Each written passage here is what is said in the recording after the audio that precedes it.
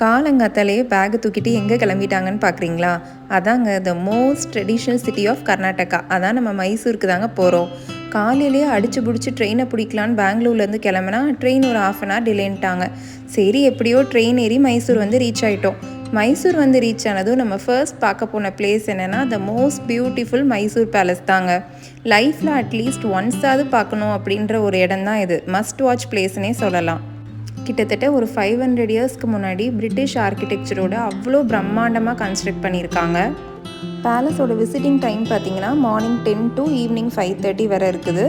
வெளியிலேயே clock room இருக்குது. நீங்கள் லக்கேஜ் அதிகமாக கொண்டு வந்தால் அங்கே ஸ்டோர் பண்ணிக்கலாம். பேலஸ்குள்ளே அமைஞ்சிருக்கிற பில்லர்ஸ் ஆகட்டும், ஃப்ளோரிங், பெயிண்டிங்ஸ் எல்லாமே அவ்வளோ ஆர்கிடெக்சரல் ஒர்க்கோட சூப்பராக கன்ஸ்ட்ரக்ட் பண்ணியிருக்காங்க. கண்டிப்பாக ஒன்ஸ் போய் விசிட் பண்ணுங்கள். நெக்ஸ்ட் நம்ம பார்க்க போன பிளேஸ் என்னென்னா சென்ட் ஃபிலோமினா சர்ச் தாங்க. நல்ல ஒரு இஜிப்டியன் ஸ்டைலில் சூப்பரான ஆர்கிடெக்சரோட கன்ஸ்ட்ரக்ட் பண்ணியிருக்காங்க. இதுவுமே ஒரு மஸ்ட் விசிட் பிளேஸ் தான். நெக்ஸ்ட் நம்ம பார்க்க போன பிளேஸ் என்னென்னு பார்த்தீங்கன்னா ஒரு அண்டர் வாட்டர் அக்வா பார்க் தாங்க.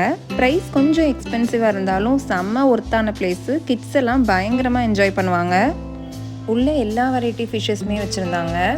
நிறைய இடத்துல அழகழகாக வாட்டர் ஃபவுண்டெயின்ஸ் எல்லாமே இருந்துச்சு. ஃபோட்டோ எடுக்கிறதுக்குலாம் நிறைய சீனிக் ஸ்பாட்ஸ் இருக்குது.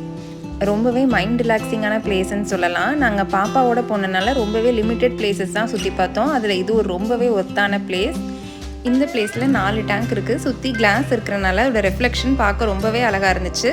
ஃபைனலாக எல்லாம் சுற்றி பார்த்துட்டு பெங்களூர் ரீச் ஆகிட்டோம்.